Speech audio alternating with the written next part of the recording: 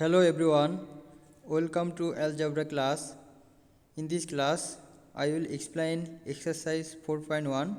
Then we will do math number 1, page 88 to 95.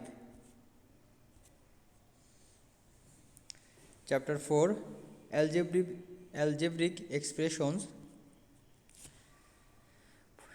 algebraic symbols, variables, coefficients and indices. তো এইগুলো আমাদের জানতে হবে। অ্যালজেব্রিক সিম্বল, এখানে আমাদের যে numerals or digits in arithmetics আর 1 2 3 4 5 এরকম আমাদের 0 পর্যন্ত আসে, এটা আমরা পূর্বেই দেখে এসেছি। The numbers or digit used in algebra আর 1 2 3 4 5 6 7 8 9 0. These numerals are used in writing any number, but the numerals as well as alphabetic symbol are used in algebra. অর্থাৎ এখানে এ বি সি দ্বারা যেগুলো আমরা ডিনোট করব সেটা algebraic symbol বলা হয়।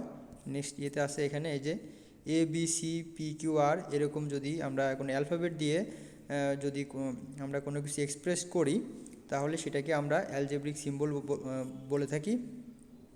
তো অ্যালজেব্রিক সিম্বলগুলোই আমরা পরবর্তীতে ভ্যারিয়েবল হিসেবে আইডেন্টিফাই করি। ভ্যারিয়েবলের অপোজিট কনস্ট্যান্ট। ভ্যারিয়েবল অর্থাৎ কোনো কিছু যদি যার ভ্যালু চেঞ্জেবল সেটাকে আমরা ভ্যারিয়েবল বলতে পারি। অর্থাৎ অ্যালজেব্রিক যে সিম্বল আছে এ বি সি, এগুলোই যদি আমরা ইকুয়েশন যখন গঠন করব তখন এগুলোই আবার ভ্যারিয়েবল হিসেবে ব্যবহৃত হয়ে থাকে। এখানে ভ্যারিয়েবল ডেফিনেশন দেওয়া আছে। The numerals values of letter x may be 5 or 10 or any number. These unknown expressions or alphabetic symbols are called variables in algebra. অর্থাৎ আমি যেটা বললাম যে এক্স এর ভ্যালু কিন্তু অনলি 5 না 10 হতে পারে, অথবা যে কোনো নাম্বারই হতে পারে। অর্থাৎ যার ভ্যালুটা চেঞ্জেবল, এক্স এর ভ্যালুটা কিন্তু 5 হতে পারে 10 হতে পারে। তো এটা এইভাবে আমরা ভ্যারিয়েবল আইডেন্টিফাই করে থাকি।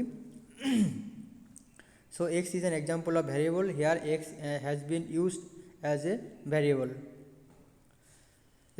যে কোনো একটা ইকুয়েশন যদি আমি এরকম লিখি যে 2x প্লাস 5 ইকুয়াল টু 10, অথবা যে কোনো একটা কিছু লিখি। এখানে এক্সটা যেমন অ্যালফাবেটিক সিম্বল, তেমনি এক্সটা এখানে ভ্যারিয়েবল হিসেবে কাউন্ট করা যাবে। এক্সটা এখানে ভ্যারিয়েবল, অর্থাৎ এর একটা ভ্যালু আছে এখানে। এটা সলভ করলে এটা সলিউশন করলে এক্সের একটা ভ্যালু আসবে। অথবা অন্য একটা ইকুয়েশন যদি আমি নেই 2x প্লাস 5 ইকুয়াল টু 6, তো এরকম এখানে এক্সের যে ভ্যালুটা পাওয়া যাবে এখানে কিন্তু এক্সের আরেকটা ভ্যালু পাওয়া যাবে। এরকম এক্সের ভ্যালুটা কিন্তু বিভিন্ন জায়গায় বিভিন্ন রকম ভ্যালু আসবে, যার কারণে এক্সটাকে আমরা এখানে ভ্যারিয়েবল হিসেবে কাউন্ট করব। তো ভ্যারিয়েবলের ঠিক অপোজিটটা যদি আমি বলতে চাই সেটাকে আমরা কনস্ট্যান্ট বলব। ভ্যারিয়েবলের অপোজিট কনস্ট্যান্ট, অর্থাৎ যার কোনো পরিবর্তন নেই। যেমন এখানে 5টা কিন্তু কনস্ট্যান্ট, 5 বলতে 5ই বোঝাবে, এটা কখনোই 6 অথবা 7 বোঝানো হবে না। এখানে 10 একটা কনস্ট্যান্ট, 2টা এখানে কনস্ট্যান্ট।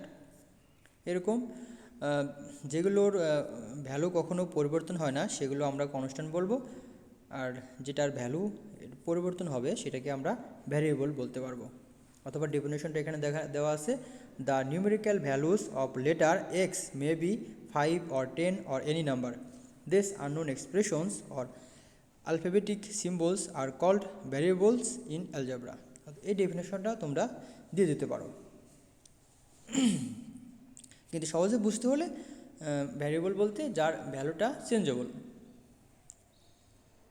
নেক্সট,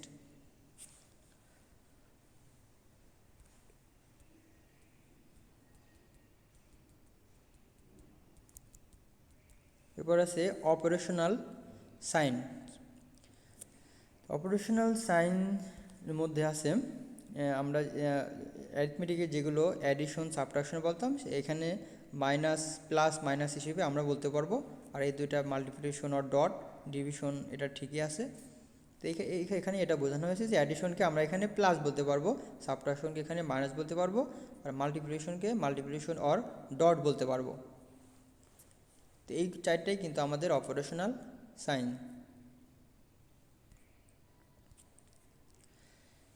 এরপর আছে algebraic expressions and terms. Algebraic expression এগুলোই কোনো একটা অ্যালফাবেট এবং নাম্বারের সমন্বয়ে যেটা থাকবে সেটাকে আমরা অ্যালজেব্রিক এক্সপ্রেশন বলবো। তারপর এখানে বলা আছে যে এখানে কতগুলো এক্সাম্পল দেওয়া আছে।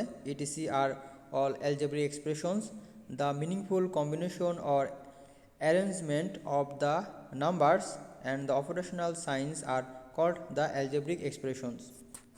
তো 5x একটা অ্যালজেব্রিক এক্সপ্রেশন, এখানে 2x + 3 একটা অ্যালজেব্রিক এক্সপ্রেশন, অর্থাৎ মিনিংফুল একটা কম্বিনেশন অথবা অ্যারেঞ্জমেন্ট থাকলেই সে ওই নাম্বারটাকে আমরা বলবো, এবং অপারেশনাল সাইনও যদি থাকে অথবা না থাকলেও সমস্যা নেই, তো এটাকে আমরা বলতে পারবো অ্যালজেব্রিক এক্সপ্রেশনস। এখন এই অ্যালজেব্রিক এক্সপ্রেশন থেকেই আমাদের টার্মস পাওয়া যাবে। আর যদি বলি এখানে কয়টা টার্ম আছে, এখানে একটি টার্ম আছে, এখানে কয়টি টার্ম আছে, এখানে দুইটি টার্ম আছে, এখানে কয়টি টার্ম আছে, তিনটি টার্ম আছে, এরকম কোশ্চেন হতে পারে যে কোনো একটা এক্সপ্রেশন দিয়ে সেই এক্সপ্রেশনের মধ্যে কতগুলো টার্ম আছে, এরকম কোশ্চেন আসতে পারে। তাহলে এক্সপ্রেশনের সাথে আমাদের টার্মসটাও বুঝতে হবে যে টার্মটা কী। তো টার্মটা যে প্লাস এবং মাইনাস দ্বারা যেগুলো সেপারেট থাকে অথবা লিঙ্ক থাকে সেগুলোকে আমরা টার্ম বলতে পারবো। যেমন এখানে একটি 5x এবং এখানে প্লাস দিয়ে দুইটা এক্সপ্রেশন এখানে লিঙ্ক করা আছে, তাহলে এখানে দুইটা টার্ম 2x + 3y। এখানে প্লাস এবং মাইনাস দ্বারা তিনটা এক্সপ্রেশন এখানে লিঙ্ক করা আছে, 5x একটা টার্ম, 3x একটা টার্ম এবং জেড মাইনাসের পরে আর একটা জেড, এখানে তিনটা টার্ম আছে। এখন যদি বলি এইখানে কয়টি টার্ম আছে, এখানে দুটি টার্ম আছে। এখানে টার্ম কয়টি? দুইটি। কারণ এখানে কিন্তু টার্মের যে ডেফিনেশনটা সেখানে বলা আছে যে প্লাস এবং মাইনাস দ্বারা যেগুলো লিঙ্ক থাকে অথবা যেগুলো সেপারেট থাকে সেগুলোকে আমরা টার্ম বলতে পারি। তাহলে এখানে মাইনাসের আগে আসে একটা টার্ম, পরে আসে একটা টার্ম, তাহলে এখানে দুইটা টার্ম। মাল্টিপ্লিকেশন আর ডটের জন্য কিন্তু কোনো টার্ম হবে না। মাইনাসের আগে এই একটা এক্সপ্রেশন এবং এই একটা এক্সপ্রেশন, তাহলে এখানে দুইটা সব কিছু মিলিয়ে একটা এক্সপ্রেশন, মাইনাসের আগে একটা টার্ম, মাইনাসের পরে ওয়াই একটা টার্ম, মাইনাসের আগে 3b.c এই সম্পূর্ণ মিলিয়ে একটা টার্ম এবং মাইনাসের পরে একটা টার্ম, অর্থাৎ মাইনাস দ্বারা দুইটা টার্ম এখানে লিঙ্ক করা আছে।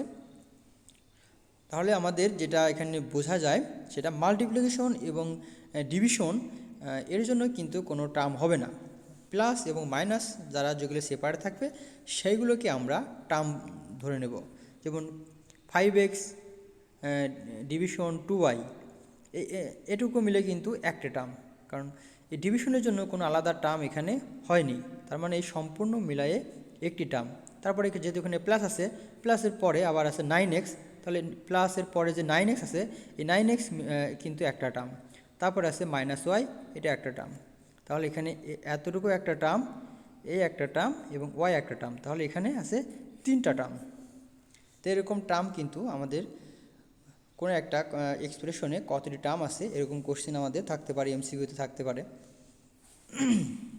তাহলে এখানে এগুলো বলা ছিল যে each part of the algebraic expressions linked with the addition and the subtraction signs is known as a term of the expressions. আমি যেটা বলেছি সেটাই expression. As for example 4x + 3y is an expression. 4x + 3y are two terms in these expressions. These are linked with addition sign. Again 5x. তো আমি যেগুলো এখানে যেগুলো বলা হলো সেইগুলো এখানে বলা আছে। আশা করি তোমরা বুঝতে পেরেছো। না বুঝতে পারলে আমাকে কোশ্চেন করবা ইনবক্সে, আমি চেষ্টা করব পরবর্তীতে আরও বুঝাই দেওয়ার। Next, coefficient. কোএফিসিয়েন্টটা কি? তো এখানে অনেকগুলো কথা এখানে লেখা আছে, আমি এতগুলো তোমরা পড়ে নিবা। এগুলো when a number is attached with a variable in a single term expression as a multiplier, that multiplier is called the numerical coefficient or coefficient of the expression. অর্থাৎ কোনো একটা এক্সপ্রেশনের যে নাম্বার থাকে সেটাকে আমরা কোএফিসিয়েন্ট বলতে পারি। যেমন এখানে x এর সাথে কিন্তু কিছু না থাকলেও 1 আছে, তাহলে এখানে এটার কোএফিসিয়েন্ট, x এর কোএফিসিয়েন্ট এখানে 1। এখানে দেখো 8xy।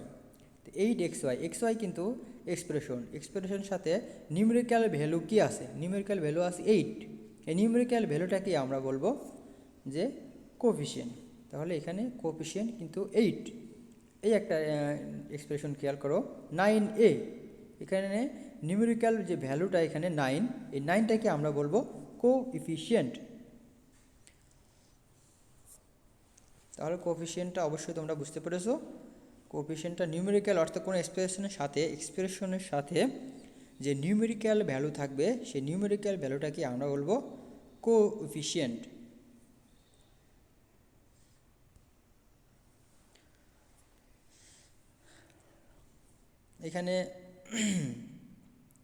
এখানে যদি এক্সটাকে ভ্যারিয়েবল বলা হয় তাহলে কিন্তু এই এক্সের এখানে যদি এক্সটাকে যদি ওইখানে অনেক সময় কোয়েশ্চেন করতে পারে যে এক্স এখানে কোএফিশিয়েন্ট কোনটা, তাহলে এখানে এক্সটাকে ভ্যারিয়েবল যদি বলে তাহলে এক্সের কোএফিশিয়েন্ট এখানে এ। আবার যদি এটাকে ভ্যারিয়েবল বলে তাহলে এর কোএফিশিয়েন্ট হবে এক্স। এরকম এখানে অর্থাৎ কোনো নিউমেরিক্যাল ভ্যালু যদি না থাকে সেক্ষেত্রেও কিন্তু এখানে কোএফিশিয়েন্ট আসতে পারবে। অর্থাৎ এখানে এক্সটাকে যদি ভ্যারিয়েবল, দুইটা এখানে অ্যালফাবেট আছে এ এবং এক্স, এখানে একটি বলে দিল যে ভ্যারিয়েবল, অপরটি তাহলে কোএফিশিয়েন্ট হবে, এটাই আর কি। এখানে বলা আছে when a letter symbol is attached with a variable as a multiplier, that multiplier is called the letter coefficient of the expression.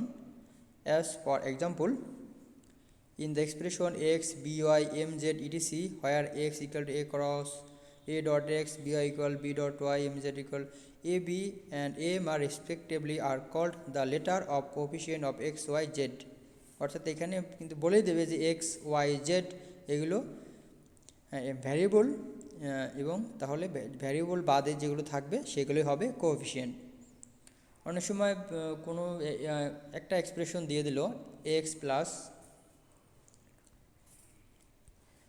একটা এক্সপ্রেশন এরকম আমি লিখলাম 2ax প্লাস 5 ইকুয়াল টু 0।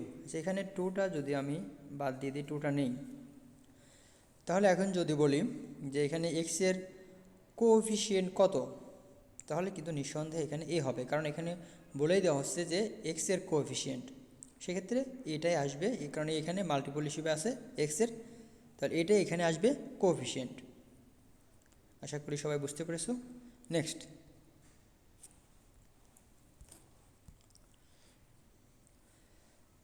এবার আমরা এক্সারসাইজ 4.1 চলে আসলাম। 1 নাম্বারই, what is meant by the following algebraic expressions, অর্থাৎ 9x দ্বারা কী বোঝানো হয়েছে, 5x plus 3, 3a plus 4b এগুলো দ্বারা কী বোঝানো হয়েছে সেটাই আমাদের এখানে বলতে হবে। তো 9x বলতে 9 মাল্টিপ্লিকেশন x বলতে পারো, অথবা 9 টাইম এক্স, এই যে 9x means 9 times of x. এরপরে b number 5x plus 3 means এখানে 5-এর সাথে এক্স মাল্টিপল আছে, যার কারণে 5 times of x is added, এর সাথে অ্যাডিশন আছে 3, তো এটাই বলতে হবে 5 times of x is added with 3। তো সিমিলারভাবে 3 নাম্বারটা তোমরা করে ফেলবা, এখানে বলতে হবে যে 5 times of 3 times of A is added with 4 times of B. আমি তো বলেই দিলাম, তারপরেও এটা এইচডাব্লিউ আকারে দেওয়া হয়েছে, এখানে লিখতে হবে 3 times of A is added with 4 times of B. এরপরে 4 number 3a dot B dot 4c, এটাকে বলবো এটা means product of 3 times of a, অর্থাৎ 3-এর সাথে এ প্রোডাকশন, এরপরে with b with 4 product of c or 4 times of c. অর্থাৎ আমরা প্রোডাকশনটা বলে দিই, তারপরে 3 times of a with b 4 times of c. তো অন্যভাবে তোমরা যদি নিজের মধ্যে করে বলে দিতে পারো সেটাও হবে, তবে ভুল কিছু বলা যাবে না, সঠিকটা বলতে হবে,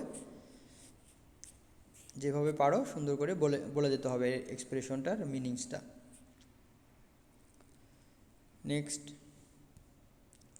5, 6, 7 and 8.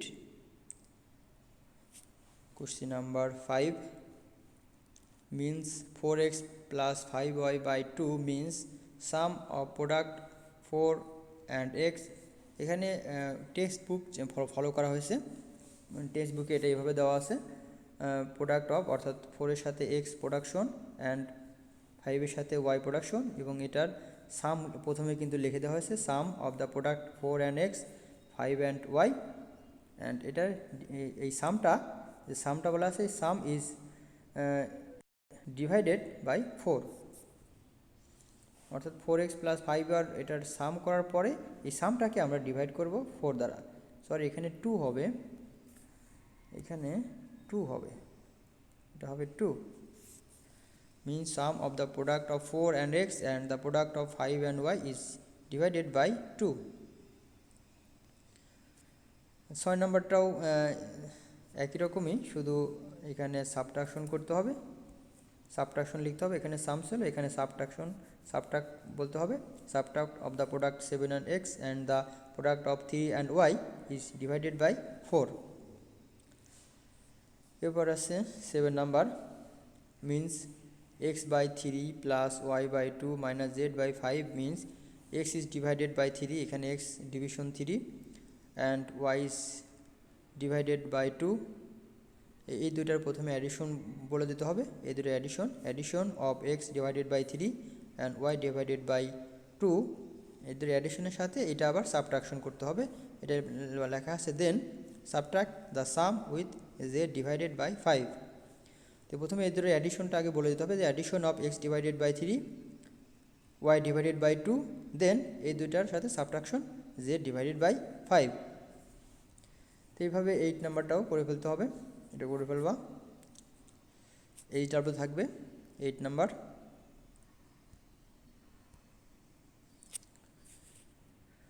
Last 2 9 and 10। 9 number, 2 by 3 multiplication x plus y plus z means multiplication of the sum x y z with 2 and division with 3, অর্থাৎ 2 এর সাথে এক্স ওয়াই জেড এর সামেশনের মাল্টিপ্লিকেশন করে আমরা 3 দ্বারা এটা ডিভাইড করব, এখানে লেখা আছে এটাই multiplication of the sum X Y Z, অর্থাৎ এক্স ওয়াই জেড এর সামেশনের সাথে 2 মাল্টিপ্লিকেশন, এরপরে এটার সাথে আমরা ডিভিশন উইথ 3। এরপরে আসছে 10 নাম্বার। 10 নাম্বার আমরা পূর্বে যেগুলো করেছিলাম, দুইটা ম্যাথ এরকম আমরা করেছিলাম, ঠিক সিমিলারভাবে আমরা এটাই করব, যে means subtract of the product A and C and the product P and X, এরপরে সাবট্রাকশনের সাথে ই ডিভাইডেড বাই 7। পূর্বে কিন্তু আমরা দুইটা ম্যাথের এভাবে করেছি, subtract of product A and সির সাথে and the product b and x, এবং এই সাবট্রাকশনের সাথে আমরা 7 দ্বারা ডিভাইড করব, যার কারণে লিখতে হবে X is and is divided by 7, শেষে ইজ ডিভাইডেড বাই 7। তাহলে আজকে এই পর্যন্ত থাকলো, থ্যাঙ্কস।